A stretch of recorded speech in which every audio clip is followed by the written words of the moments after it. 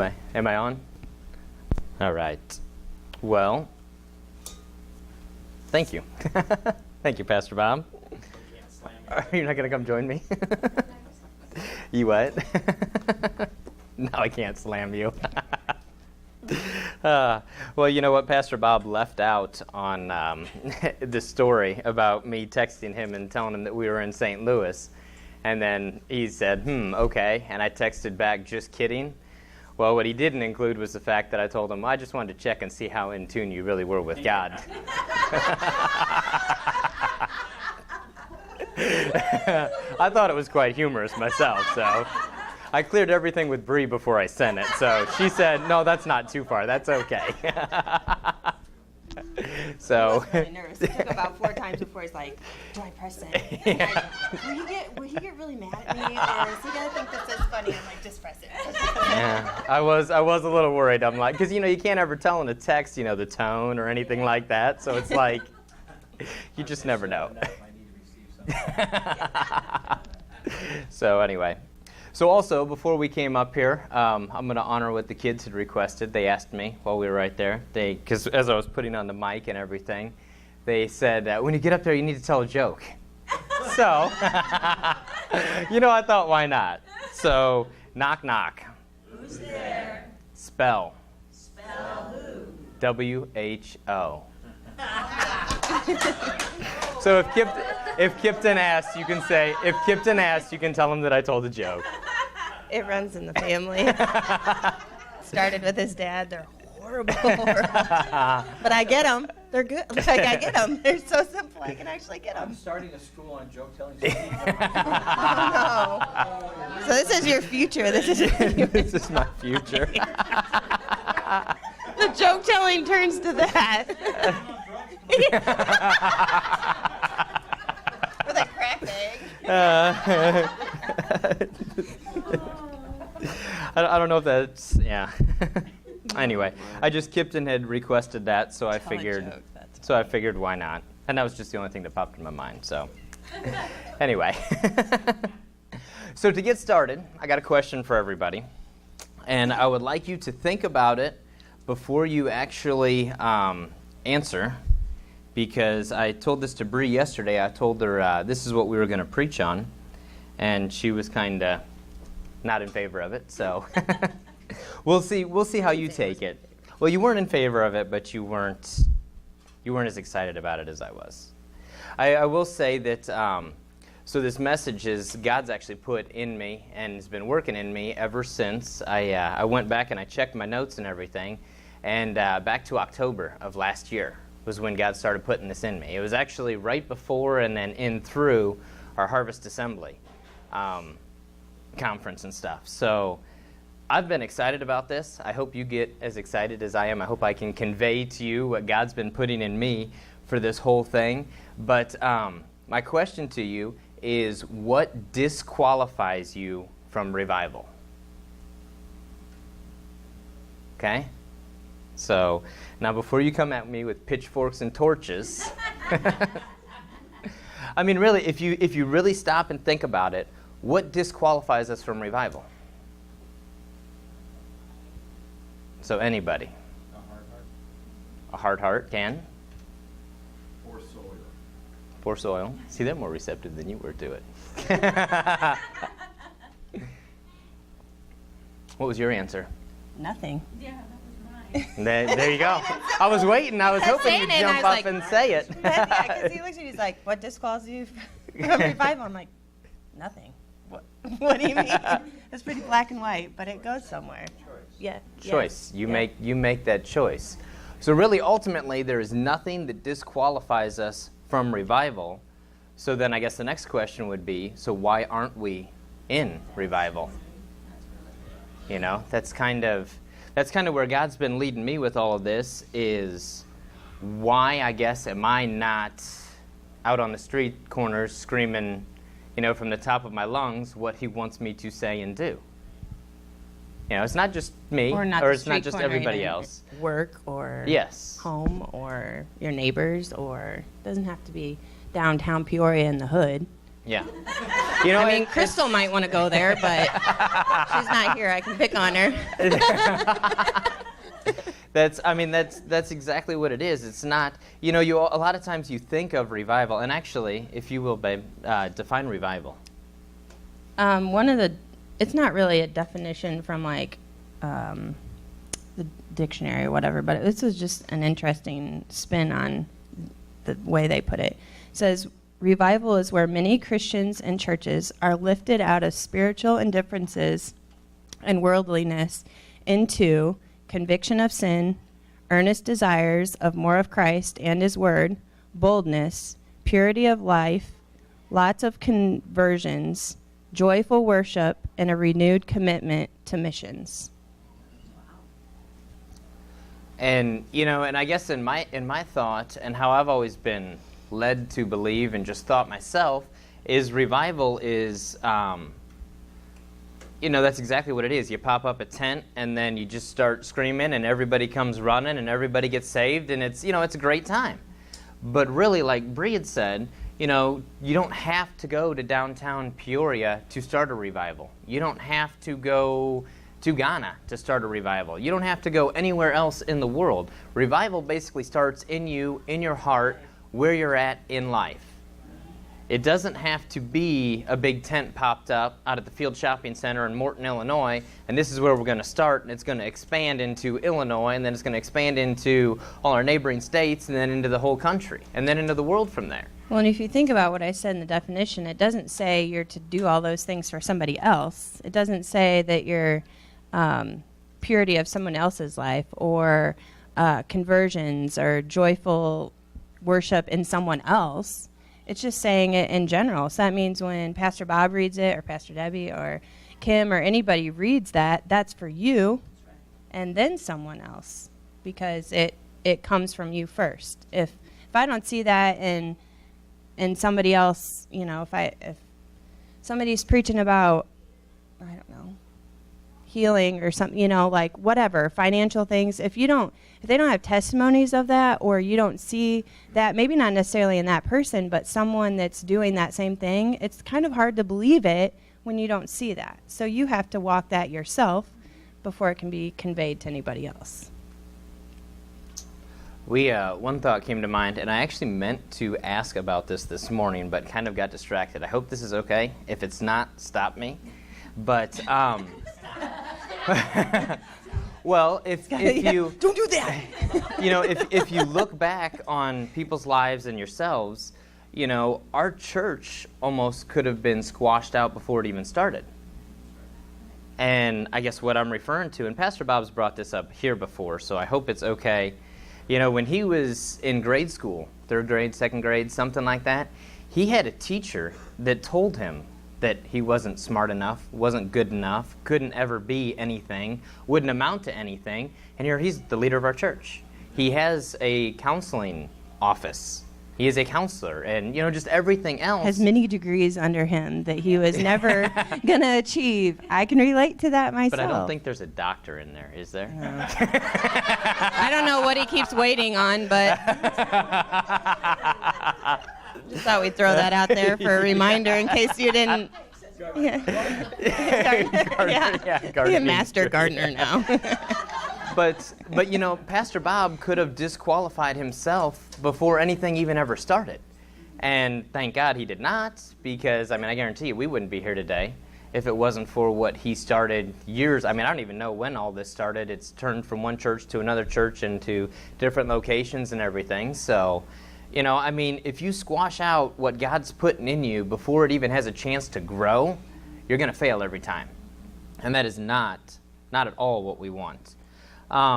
Looking at the Bible, I go with, if you will read, I'm going to go to Matthew 4:18 through 22, which, if anybody was paying attention last week, was where Pastor Bob started with his sermon. It's kind of funny because, like I said at the start of this, I started out with this message in my heart back in October. And then when Pastor Bob brought up this year how he's just going to surprise everybody, and you got a message, I'm going to tell you Sunday morning, and you're going to have to preach it that morning. But sometimes, I don't know if that's actually happened to anybody, but it hasn't happened yet. But So this was put in my heart back in October, and ever since January 1st, every time we've had a quickening, it's been like, oh God, I'm ready, pick me. And you know what? And nothing against anybody. We've had great preachers. We've had great word brought forth this year so far. And I kept thinking, I'm like, all right, God, when's it going to be my turn? When's it going to be my turn? And Saturday night when Pastor Bob, this is at our, I just drew a blank, the Spring Victory Assembly, yeah. At the Victory Assembly. So Saturday night, Pastor Bob opened up with this, and it just clicked in me, and something lit up in me, and that's also how when I was opening up last Sunday, I knew that it was going to be me that was going to be up here this week, because God more or less had told me that. But it all started out with the fishermen, who Jesus called. So go to Matthew 4:18 through 22. If you want to read that. As he was walking by the Sea of Galilee, he saw two brothers, Simon, called Peter, and Andrew his brother, casting a net into the sea, for they were fishermen. He said to them, "Follow me, and I will turn you into fishers of people." They left their nets immediately and followed him. Going on from there, he saw two other brothers, James, the son of Zebedee, and John, his brother, in a boat with Zebedee his father, mending their nets. Then he called them. They immediately left the boat and their father and followed him. And I've always wondered and thought, God's called me to do different things and act in different ways and be different things. And a lot of times, stuff that he's called me to do, in the back of my mind, I'm like, I can't do that, God. I'm a construction worker. Nobody's going to listen to a construction worker. None of it's going to make sense. Nobody's going to believe anything I have to say. Nobody's even going to listen to me. Well, I can tell you, the disciples are the ones that popped to my mind because they were fishermen. And I don't know a lot about fishing. I know it stinks, and fish taste really good. So that's really about all I know about fishing. But, I imagine they likened to me a lot as well that, their profession probably wasn't one that, everybody from town is going to run out and give them hugs and kisses when they come walking back into town with their nets full of fish. I mean, they probably stunk. They probably were just tired. They probably were grumpy. After a long day, I can relate to that. I've had that happen. I've had that happen. I get home from work and I'm not the happiest person to be around. But anyway, they were fishermen. And look, Jesus called them first, I believe. I don't know the exact order of how they were all called, but he was just walking by one day as they were out fishing, and he called them. And you know what they all did? They dropped their nets and they left. They didn't question, they didn't think, they didn't stop and wonder what to do. Peter is one that, he was one of the main ones. Jesus, he was part of Jesus' inner circle. It was Peter, James, and John. And Peter, when he was first called, Jesus actually renamed him. He wasn't always Peter. His name was actually Simon. I don't know if you refer to him as Simon Peter. But Simon was actually his name. And Jesus renamed him Cephas, which was Aramaic, or the one that people more understand now is Petros, which is Greek, and that's what became Peter, because it stood for the rock. So Jesus, when he called him from his fishing nets, he instantly called him the rock. He didn't wait till a month and he proved himself, or 3 years. I think that was about how long Jesus' ministry was, about 3 years or so. He didn't wait until then to call him the rock. He called him the rock the second he dropped everything and followed after him. So now what's that tell you about Peter? If we go to Matthew 14, 22 to 33.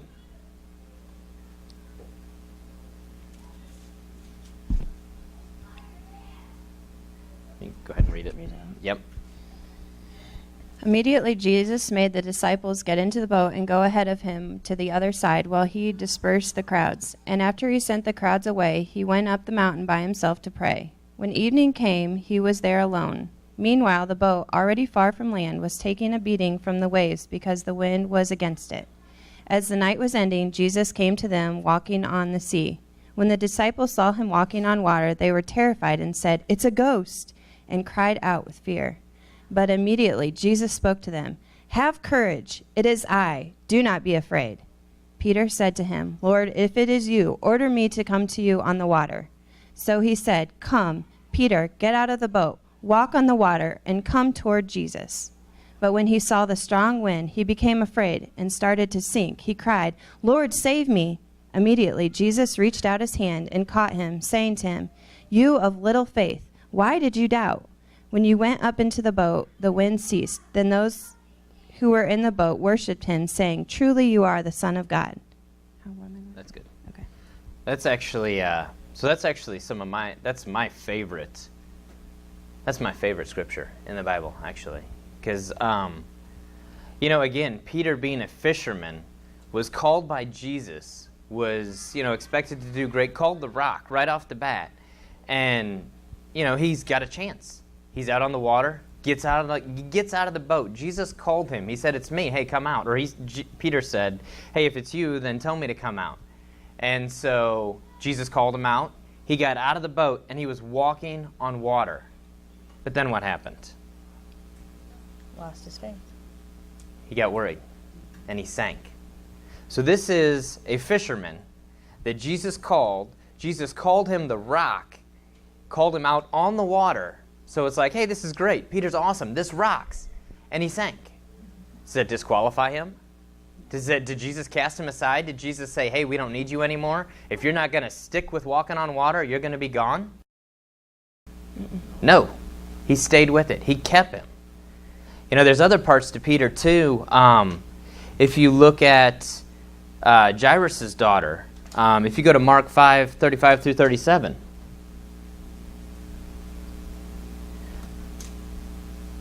This was somebody had called Jesus to come heal their daughter because she was not feeling good, and they wanted him to come and heal her. Basically, he told them that you come heal her and everything will be good. Start at 35 and just read through 37. While he was still speaking, people came from the synagogue ruler's house saying, "Your daughter has died. Why trouble the teacher any longer?" But Jesus, paying no attention to what was said, told the synagogue ruler, "Do not be afraid, just believe." What did you say, too? Sorry. 37. He did not let anyone follow him except Peter, James, and John, the brother of James. So, again, just to make sure you know. So Peter the fisherman, who Jesus called the rock, who walked on water, but then he failed and he sank, he was one of 4, I guess if you count Jesus. He was one of 2 others that Jesus went in to heal, to raise a little girl from the dead with him. So if Peter wasn't qualified to be a part of Jesus' ministry, do you think Jesus would have had him go in to that room? No. I don't remember. I think there was different translations I had looked up before, but there was one, I believe, that said something that Jesus didn't want anybody else to speak or say anything else. So he only took those that he trusted, Peter, James, and John, the only 3 that he knew would not say, "Hey, Jesus, what are you doing? She's dead. She probably stinks by now. Is she going to be able to come back to life?" He didn't take them. He didn't take anybody else. He took Peter the fisherman. So, and then also, Peter was present at the Transfiguration, which is found in Matthew 17, 1 through 9. Again, Peter was one of Peter, James, and John. There was 3 of them. And that's who Jesus took with him to witness when the Transfiguration happened. Again, Jesus could have taken others because Peter failed and sank in the water, but he didn't. He didn't. He kept Peter with him. He also, if you go to Mark 14:32 through 34, Jesus, this was where Jesus was in the garden. That's what I'm looking for. 14. This is where Jesus was in the garden, and go ahead and read it. Then they went to a place called Gethsemane. Yeah. And Jesus said to the disciples, "Sit here while I pray." He took Peter, James, and John with him, and he became very troubled and distressed. He said to them, "My soul is deeply grieved, even to the point of death. Remain here and stay alert." So he told them to remain there and stay alert. Again, it's his top 3, Peter, James, and John. What happened? They fell asleep. They couldn't stay alert. Jesus is off crying out to God, sweating drops of blood, the most agonizing time before his actual beatings, stressful, everything else, time of his life, and his trusted 3 can't even stay awake and wait for him. And it was a couple of times Jesus came back and asked them, why can't you stay up? And they still couldn't stay up, even at the end, until he came and said, don't worry about it, you can just stay sleeping. They're going to take me now. So, was Peter disqualified at that point? So the fisherman called the rock, walked on water, then he sank, was part of Jesus' inner circle, and then couldn't stay awake while Jesus was getting ready to be handed over to be killed. He still wasn't disqualified. He was still qualified to be a big part of the church, one of the biggest parts of the early church and how it started. The other downside to that is he denied Jesus 3 times. At that point, did Jesus kick him out? No, he did not. Jesus knew that from the get-go, when he called him the rock, that he was going to be a great and mighty, wonderful thing for God and start the church. After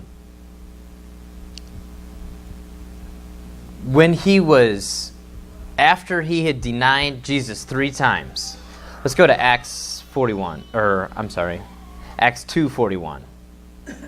So this was after everything had been done. Jesus had been denied. Jesus had been killed at this point, had already been crucified and raised from the dead and everything else. Go ahead. So those who accepted his message were baptized, and that day about 3,000 people were added. So Peter, the fisherman, called the rock, walked on water, sank. So, end of story? No. Then he becomes part of Jesus' inner circle. He gets to witness a girl raised from the dead. He's part of the transfiguration. He couldn't stay awake while Jesus was worried about what was going to happen with his life. He denied Jesus 3 times. Another interesting part, too, I don't know if anybody knew this or not, but there was actually only one of the disciples present at Jesus' crucifixion. All the rest had already scattered and left. Do you think Peter was one of them? Or the one? He was not. He was not. So he denied Jesus. He couldn't even stick around for him, for his death. Did God give up on him? Did Jesus give up on him? No, he did not. What happened? He was a part of 3,000 souls being saved right off the bat. He got filled with the Holy Spirit, and then they went out in the streets, and they were just preaching up a storm. And what happened? 3,000 people were added to heaven that day. So all the missteps and shortcomings that Peter had never stopped him from being a part of what God's plan for him was. So I guess my point to this, too, is how often do we sell ourselves short because, I don't know, we told a little white lie. All of a sudden, God can't use us. No such thing as a white lie. Okay, we told a lie. A black lie. A yellow lie. I don't know. But so we tell a lie, and all of a sudden we're like, well, God, I can't do it now. You're not going to be able to use me. I mean, there's things in my past that, it comes back to haunt me, and it probably will someday. Yeah, I'm not going to let it stop me. I'm not going to sell myself out because of stuff that I've done in the past. I'm moving forward to what God has for me and what he's showing me. And one other thing with Peter is Peter was actually the one that, so at that point, they were all preaching to Jews. They were working on converting the Jews and everything. Well, Peter's the one that had the vision and had the dream and went to Cornelius. And he started reaching out and saving all the Gentiles as well. And I don't know about anybody else, but I'm not Jewish.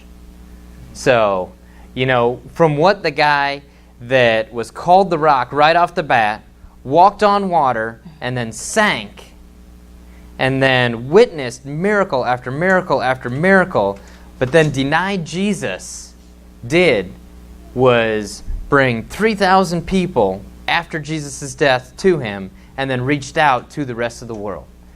Gentiles were saved by what Peter started right off the bat.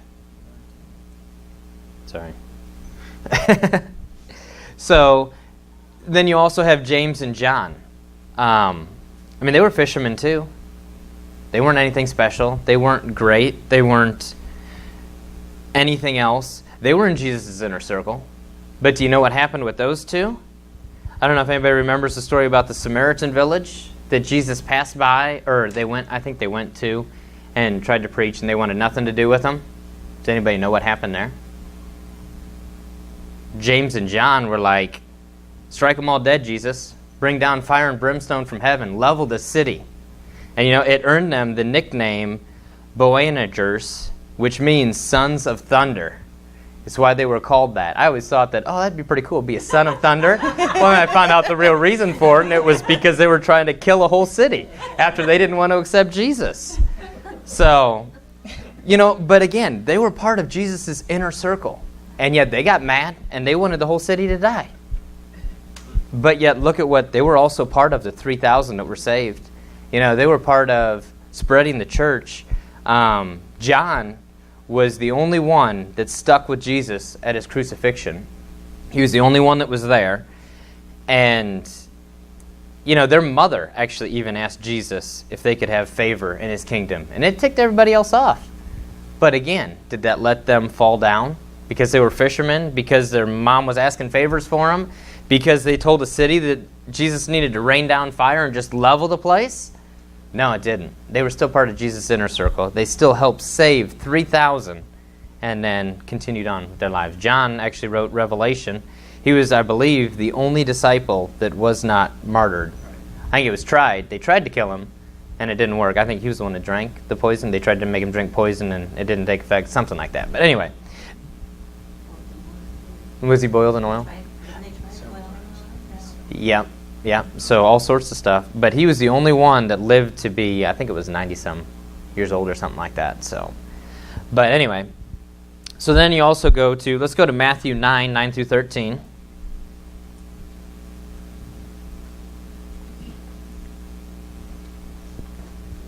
If you will, please. Through 13. Mm-hmm. As Jesus went on from there, he saw a man named Matthew sitting in the tax booth. "Follow me," he said to them, and he got up and followed him. As Jesus was having a meal in Matthew's house, many tax collectors and sinners came and ate with Jesus and his disciples. When the Pharisees saw this, they said to his disciples, "Why does your teacher eat with tax collectors and sinners?" When Jesus heard this, he said, "Those who are healthy don't need a physician, but those who are sick do. Go and learn what this saying means. I want mercy and not sacrifice, for I did not come to call the righteous, but sinners." So here's another one of Jesus' disciples. And this is the people that Jesus chose to help and carry out his ministry. So what was Matthew? Matthew was a dishonest tax collector. He was a sinner. And most of the Jewish people didn't like him and didn't care for him. Was he qualified to run in Jesus' service, to help him out, to advance his kingdom? Well, it depends on how you want to look at it. Would you take a dishonest tax collector and have them help you, I guess, if you're filing your taxes, would you have him help you with your taxes? Well, yeah, it could be great and sound wonderful until all of a sudden the IRS comes after you and you owe for back taxes of 10 years, But, Matthew wasn't necessarily, again, you got fishermen, you got a tax collector. What about Thomas? What's Thomas famous for? Doubting Thomas. But you know what? He was still chosen by Jesus as one of 12 to walk with him his whole life, even though he didn't necessarily believe that Jesus had raised from the dead until he was able to put his hands in his side and in his fingers. So that kind of comes down to one major one. So Judas Iscariot, was he qualified? I couldn't find specifics on it, but a lot of people say that Judas was actually about the only one that was educated and wealthier and basically was qualified for a position like this. In the eyes of people. In the eyes of people, yes, you are correct. God doesn't look at the outward appearance. God looks at the heart. So again, that could be why he called the fisherman, the tax collector, the doubter. But Judas, who was the only one that a lot of people think is, and I guess the reason they think he was educated was because he took care of the money. So people thought that He might have been an accountant or an investor or something like that. Whereas in all reality, he was actually stealing from the treasury, stealing from Jesus, and didn't think that he knew it. And then he ended up selling Jesus for 30 pieces of silver. So, again, what disqualifies you from revival? Or what qualifies you? You know, sometimes those that look like they're qualified shouldn't be. And those that look like they're not qualified end up being the greatest ones around. And that Jesus he doesn't see us like that. You know, he sees things differently than what we do. We tend to walk in the way that we are now, or you tend to go with the thought of like, I'm failing, I can't do this, I might as well just stop, and God doesn't see that. He doesn't see that, he's there if you call out to him, and he will lift you up to get you where you need to be, but he doesn't cast you aside and say, well, Bree's not gonna make it this time. We're gonna let her figure it out, and she's gonna pick herself up, and it doesn't work like that. And he called these men out of where they, what do you want to say? From what they were doing, and he saw something in them that they didn't know was there. And just because they failed didn't mean that they weren't a part of his kingdom. So don't sell yourself short. You may think that you aren't worthy, you aren't ready, but God knows otherwise. Look at the prodigal son. It's found in Luke 15:11 through 29. Most of us know that story. There was a son that was raised up, and there was actually two sons, and one decided, hey, I want to go live my life. So he went to his father and demanded that he get his inheritance, and he took off, and he blew it all, spent it all, and had plenty of friends while he had money, but then once his money ran out, he ran out of friends as well. So he was feeding pigs and eating from their trough because he didn't have any money to get his own food. And then he ends up going back to his father and just says, hey, I just want to be a servant. That's all I want to do. And when he returns, his father actually ends up, let's go ahead and start at 26. So he called one of the slaves and asked what was happening. The slave replied, why, our brother has returned, and your father has killed the fattened calf because he got his son back safe and sound. But the older son became angry and refused to go in. His father came out and appealed to him. But he answered his father, look, these many years I have worked like a slave for you, and I never disobeyed your commands. Yet you never gave me even a goat, and so I could celebrate with my friends. But when this son of yours came back, who has devoured your assets with prostitutes, you killed the fattened calf for him. Then the father said to him, son, you are always with me, and everything that belongs to me is yours. It was appropriate to celebrate and to be glad, for your brother was dead and is alive. He was lost and is found. That's to me, that's the best part of the story. Is at the end is just basically that last verse that he said your brother was dead and is alive, and he was lost and he is now found. That's how God acts with us. Just because we screw up doesn't mean that God's going to throw us aside and not use us for what he has intended. We don't look at it that way. I don't look at it that way. Every time I screw up, I'm beating myself up over it, and it's like, God, I'm sorry. Well, all you have to do is say it once, and he casts it as far from the east as from the west. So, as long as you have a truly repentant heart, God's not going to hold it against you, And you have to remember that, you're not the judge of me, you're not the judge of me, you're not, the people out there it doesn't matter what they see, and that's the hardest thing for me personally is, what's everybody else think, or what's, so-and-so going to say, or how does this look, or, you get caught up in the world of things instead of thinking, that really is irrelevant to what I'm supposed to be doing anyways. And that's the toughest part about being here and living that life for Christ, because you get caught in that. It's not as hard some situations are different as you're older, but our kids are going to go through hopefully not the things that we did, because they're going to know more, but there's more out there too to affect them. And so, we have to help them get through those things so that they can understand it's really about you and God, and you make those choices for him, not for what your friends say, not for what, everybody else is pressuring you to do. You do what's, you do you, they say. And God won't ever reject you, no matter what you think. He is always on your side. Jesus basically qualified us. He made us worthy by going to the cross and dying for us. He took everything we've ever done and could do in the future, and it died with him. So God won't look down on us just because we sin again and again and again and again and again. Because he doesn't remember the last time you did it. Right. Once you do it once and you ask for forgiveness, then it's gone. It's, as far as the east from the east to west. That goes on for eternity. You don't know that distance. So that is wiped clean. So every time you ask for forgiveness, that's gone. He doesn't even remember it. We do, but we need to forget that too, because he did. There's a song on the radio now. It's actually it's become one of my favorite songs. It's by Matthew West. It's called Broken Things. I don't know if anybody knows it or has heard it. But it's all about God using the sinners and those that have been broken.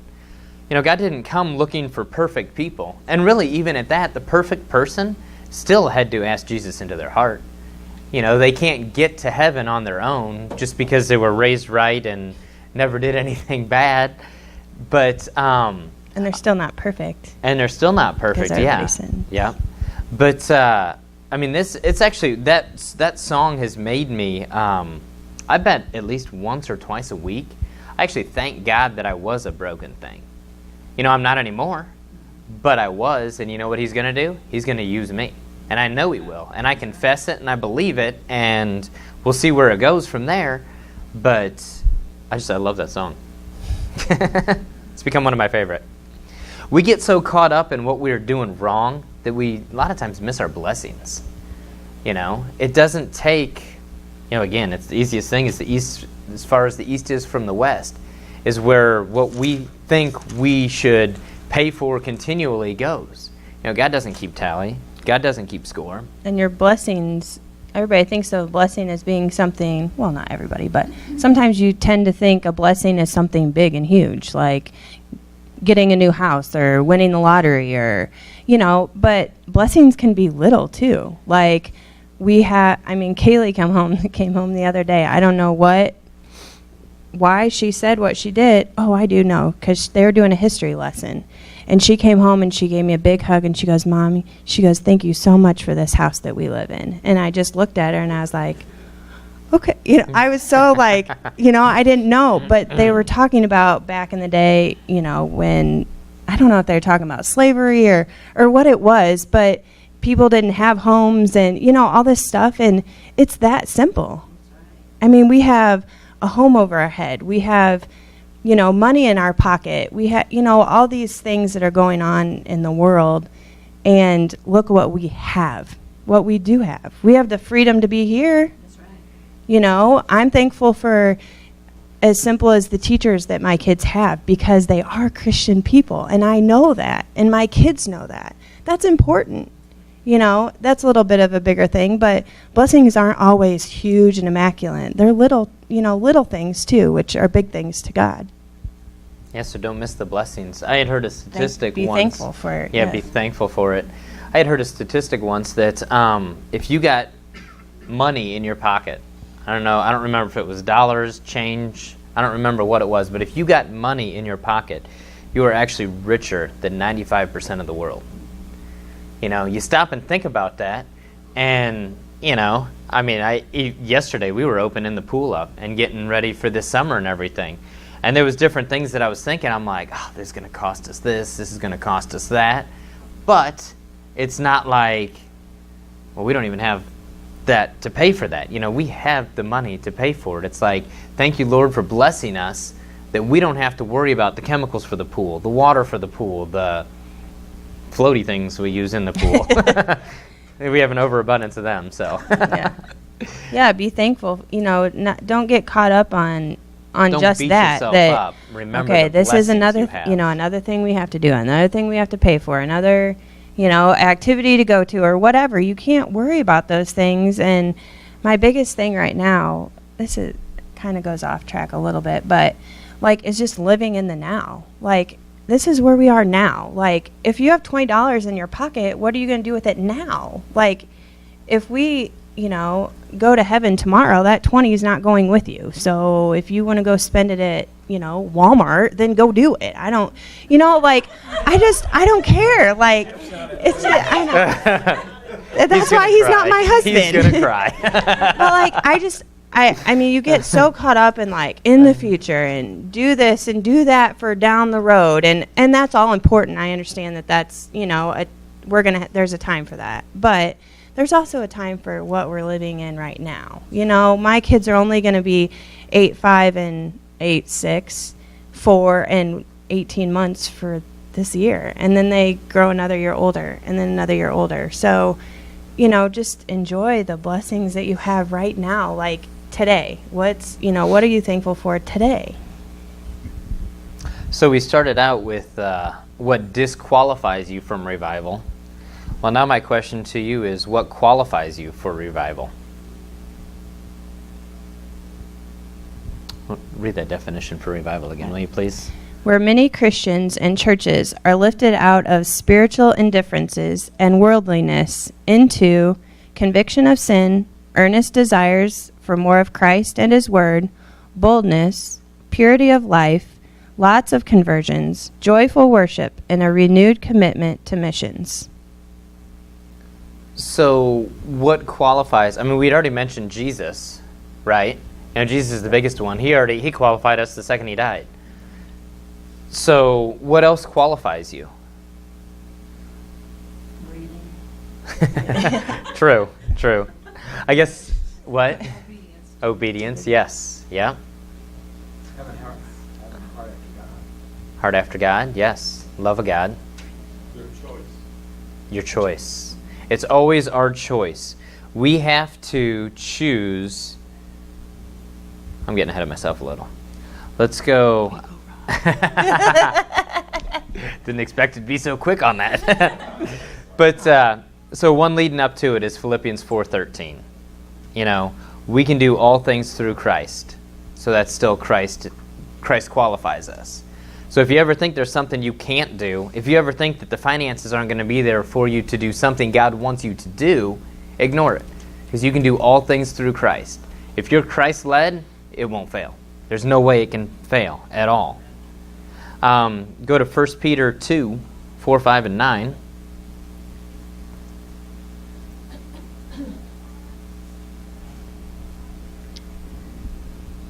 Four, 5, and 9. So as you come to Him, a living stone rejected by men, but chosen and priceless in God's sight, you yourselves as living stones are built up as a spiritual house to be a holy priesthood and to offer spiritual sacrifices that are acceptable to God through Jesus Christ.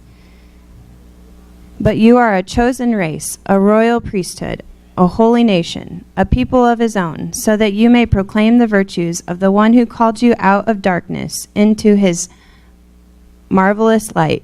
You once were... Oh, sorry. That's all right. Getting excited. So, we're a chosen people. We've already been chosen by God.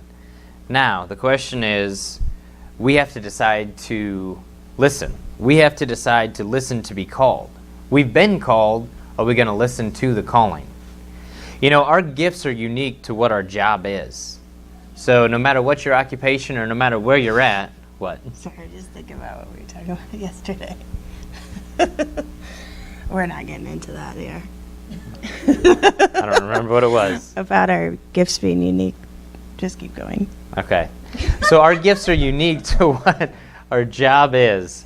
So, if you're a nurse, you got unique skills. If you're a concrete guy, you got unique skills. Mm-hmm. If you're a mailman, you got unique skills. What you have is what God Drive on the wrong side. what you have is what God has given you. You know, don't look at, or a stay-at-home mom. You know, you have unique skills yourself that I can't mimic because I don't stay at home with the kids.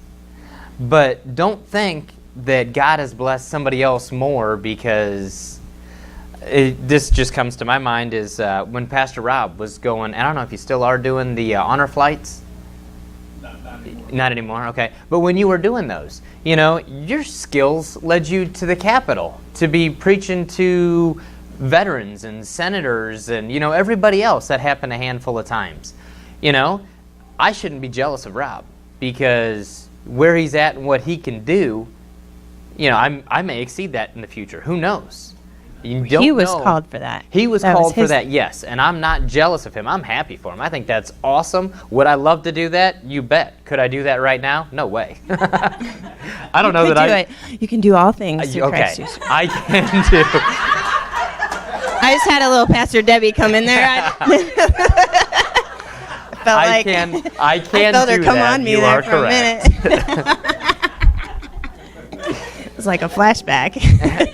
My point is God wants us to use our personality, our characteristics, our abilities where He has us. You know, He's put us where He wants us because that's where He wants us.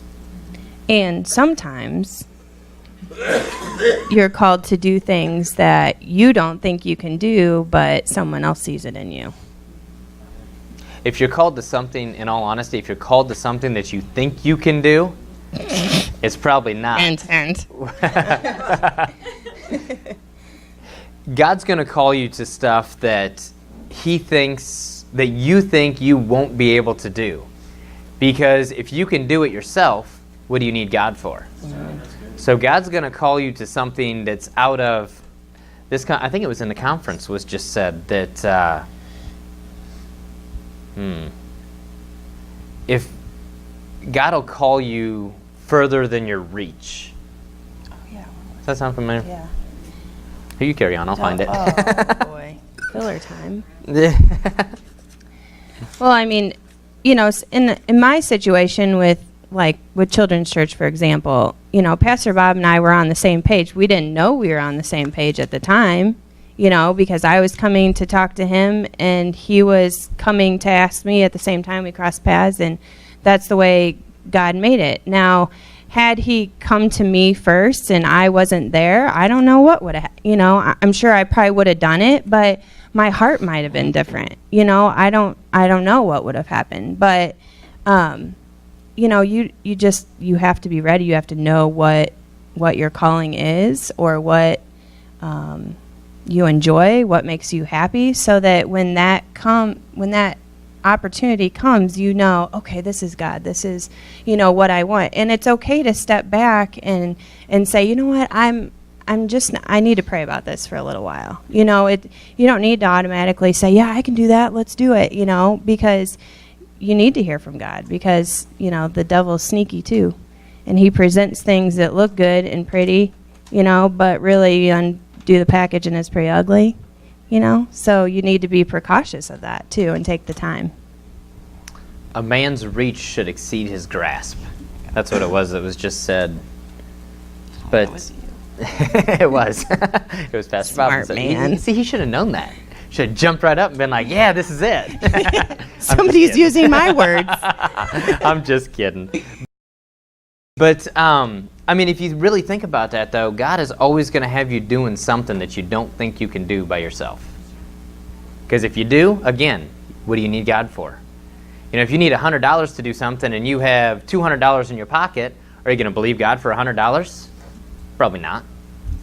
But if you need $10,000 and you have $2, you know, God's going to have to step up and do something for you. And then who's going to get the glory and the honor and the praise? Hopefully, God will. And it's favor. You know, we have favor in all situations. So one little thing that popped into my head is, oh gosh, I don't know when it was. Last year, maybe. I had had a conversation with Pastor Jim about money, and go figure. And I said something to him about, you know, well, how can I make, you know, I stay at home with the kids. I'm not working, making money, so how can I expect money to just show up at my doorway? You know, I didn't grasp that idea because he talks so much of like, well, anybody can open their mailbox and have money in there. And I'm like, what? So I'd asked him, you know, where do I start with that? What do I do? And he goes, well, just start believing for a certain amount a week. So I started thinking about it, and I was like, okay, so I'm just going to start believing for $20 a week. I don't know how it's going to get to me, but that's what I'm going to believe for. So I knew I post things on Garage Sale, and I sell things and all this kind of stuff, and it's really like, sell things, great, you don't. I mean, it's real up in the air. However, ever since that, which has probably been about a year ago, I have made well over that. I mean, I probably have made double or triple that. Not every single time, but more times than not, because I knew as soon as I put something on there, I'm like, well, I've got that $20. You know, like it changes your thought process. And because that happens, you believe that. And as soon as you post something or whatever you do, you're already believing that that's gone. Well, that's just because it's favor. I have favor. My things are going to sell better than yours do. Sorry. You know, that's just the way it's going to work. I want to see you tell Sarah that. No. Continuing on, actually, with what she's going with. So she started out believing for $20 a week. Mm-hmm. Well, now we have had friends of ours have come to us, and she watches their kid a couple days throughout the week. So now she's making way over $20 a week. And yeah, so something that started out so simple as, you know, she's always, well, I'm not making any money, this is bad, you know, we can't do this, we can't, which isn't true, but, you know, she started believing little, and it's grown, and it's grown, and it's grown, and, I mean, it's... Because opportunities present themselves as you're prepared for them, and the favor comes back to, you know, that happens more times than you think in all situations. If you really think about, you know, how much favor you have in everything you do. I mean, there's a lot. We've had a lot of favor in a lot of situations. We have, and we do, and we will continue to have that favor as we go forward. Our prayer should always be, God, lead me and purpose my life every day. Because the second you quit praying that, the second you quit thinking about how God's going to take you, you know, you're not going to have what you need or what you want. And this was an argument we had last night. I'm going to bring it up anyway. But It was a discussion. It was a discussion. It was a heated discussion. It was one, we'll talk to Pastor Bob about that tomorrow. That is how it ended. It's Let's be real around here, okay? God calls you, and He will use your skills if you allow Him to. If you don't allow Him to, somebody else is going to step up and take your place.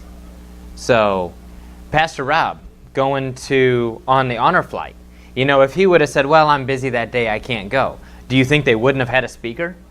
Nope. No. Somebody else would have stepped in and filled in. So, I mean, we are unique, we are special, God loves us, and we're called for specific things, but if we don't answer His calling, somebody else is going to step into what we were called to do, and they're going to do it. So God won't wait around on you forever. What? Are you waiting for me to argue with you? No, I'm not. Let's go to 1 Kings 19 through 21. I got nothing to say about that. I do agree with that. That part I agree with. That's exactly what I said last night. But she did not agree with it last night. If you'll start at 19. So 1 Kings 19 through 21. Elijah went from there and found Elisha, son of Shaphat. He was plowing with 12 pairs of oxen. He was near the 12th pair. Elijah passed by him and threw his robe over him. He left the oxen, ran after Elijah, and said, please let me kiss my father and mother goodbye, then I will follow you. Elijah said to him, go back. Indeed, what have I done to you?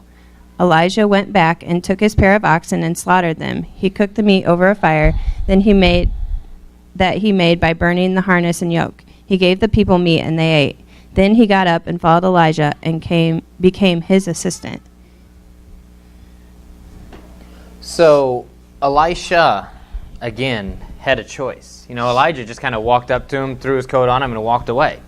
I'm sure there was conversation, but, who knows what he said or what happened. And he just walked away. And what did Elisha do? He said, he basically sold himself out to Elijah. He decided, he went and, so he had the ox and he had the yoke and everything. I kept telling Bree last night, I said, he basically killed the oxen, burned the yoke, so he couldn't even return to what he was doing when he was called. And, we got to be that way. We got to sell out to whatever God calls us to. We can't go into it half-hearted and expect it to be completely blessed. Because it's probably, at best, going to be half-blessed. And that's it, if even.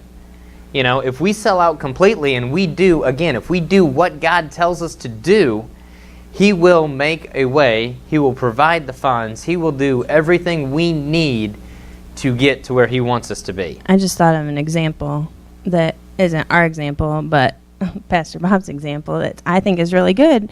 When you kept going back to your insurance, it was always your backup. It was always, well, if I can't do this, I always have this, and until you burned that and let that go and move forward, that wasn't going to be blessed. Neither one of them were going to.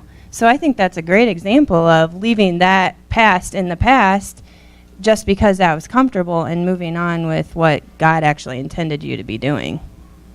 That actually made me think of something in my life. So when me and my brother first started in business, I was in the finishers union, and so I was a finisher, and so I had a good job and then went on our own. Well, same thing, when we went on our own, I still kept paying my dues to stay a finisher, even though I wasn't ever going back to it. And then actually it was kind of funny because it was God that pretty much said, why are you wasting your money? Because, He blessed our business, and we had a great business for 10 years. So, but same thing. If you're going to do something, don't just, you're going to jump in a pool. What are you going to do? My version is not the right way to do it. The kids just jump right in. Yesterday the water was freezing cold. Ice cold, and they're in it. And they were Ice still cold. jumping in. They're and jumping having in a it blast. and run, getting out as fast as they possibly could. But they were in it just to be like, I want to get in the water. They get so excited to be, about They being in wanna there. swim. They wanna we don't even want to put our toe in because it's so cold. Yep. So your best bet is just to jump in, get the shock over, enjoy the water. When it's a little bit warmer. Well, that's true.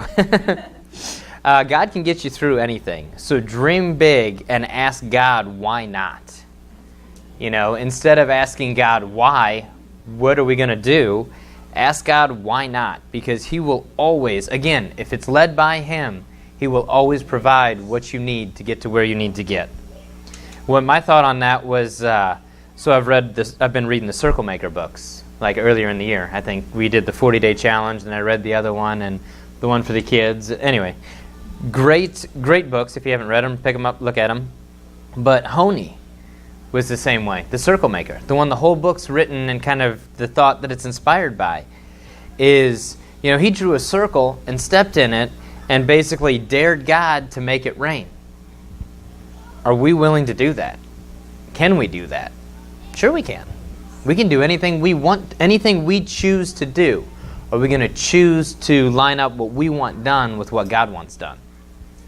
He's going to bless it if it does. Because that's, if you don't know the story, Honey drew the circle, stepped in the circle, and he said he wasn't leaving. He prayed to God he wasn't leaving the circle until it rained. And there was a few other things to it. It rained really hard, and then it rained really light, or it started raining really light. And he said, no, I want more rain. He didn't even move from the circle until he got what he wanted. And then there was a heavy downpour. And he's like, no, this isn't what I want, because you're going to flood the land, it's going to ruin the crops, it's going to hurt everything. And so then the third time basically had the land soaking perfect rain, basically. But he didn't move until God gave him what he wanted, which I'm sure God told him. What? Yeah. So anyway, sell yourself out to God. Don't set aside God's voice if what He tells you looks unattainable. How often have we done that? How often have we thought, there's things I got going on that I'm like, I don't know about that, God. Are you sure? And it just keeps coming back to my mind. And, eventually someday it will manifest, it will come forth, but don't sell out God's voice just because you don't think it's attainable. Everything's attainable. Philippians 4:13. All things are possible. That also goes into, like, David and Goliath. Whoever would have thought a little kid could have beat a giant? We had, what? We can talk about that. I was going to say about Mom and Dad's church. Yeah. So my parents had, I don't even, what did they call it? It was like their Sunday school on Wednesday night or something. Yeah, like Wednesday night church. Yeah. So my mom had a little skit that she did on David and Goliath. Well, it just so happened that I was Goliath and Kipton was David. But I had a big pair of stilts, so I was like head rubbing against the ceiling, walking kind of thing. What were you going to say? Finish that and I'll go. So it was a better perspective on, and actually I kind of wish we could have brought him, could have mounted up and done it. But, I was tall, way above Kipton. And if you know the story, David and Goliath, David kills Goliath, and, the Israelites are happy. But how many people thought that was possible? David was a young kid, a young boy, a shepherd boy, and Goliath was a warrior. I was just going to say a little back history even on that. Like, that was just a blessing in itself that, his background is apostolic Christian, and that's the church that he was asked to come back, and do this skit for, and we had people all around that were coming up, thank you for doing that. It was so, and it's like praising him for something that he came and did that, yes, it was his mom, but he could have turned that down and chose not to do that because he, fear, just didn't want to do it or, whatever. But we all went as an entire family and supported that, and it was fun. And it let those people see, who he is outside of a religious, situation. So it was a blessing, too. It was a lot of fun. It's, we sang the song this morning, Set a Fire, or Light a... Set a fire. Set a Fire, Set a Fire. I think it's a good one. If you light yourself on fire, people are going to come to watch you burn. So that song this morning, that's what it really stuck in my mind because it's true. Okay, not in a bad way. Don't dump gasoline on yourself and light yourself on fire. Hopefully people will come and try to save you. But if you set yourself on fire for God, people are going to come and watch and see what you have going on, what you think, what you do. They may not agree with you at first. They may not... And that may not be a time for now. That could be down the road when we're, when everyone else is really struggling and the church is the one that's above everyone else, then that's the time. That's the, the seed that's already been planted, 10, 24, whatever years ago that all of a sudden you're stepping into, and those people are coming to you and being like, Aaron, I remember you and Bree, like, what were you guys doing? Because Bree stayed home. She never made any money, and both of us were working, and we still didn't have enough, and, whatever. Then, that's the opportunity at that point. It may not be right now. You may not see that now, but down the road, those opportunities are going to arise because there's going to be trouble.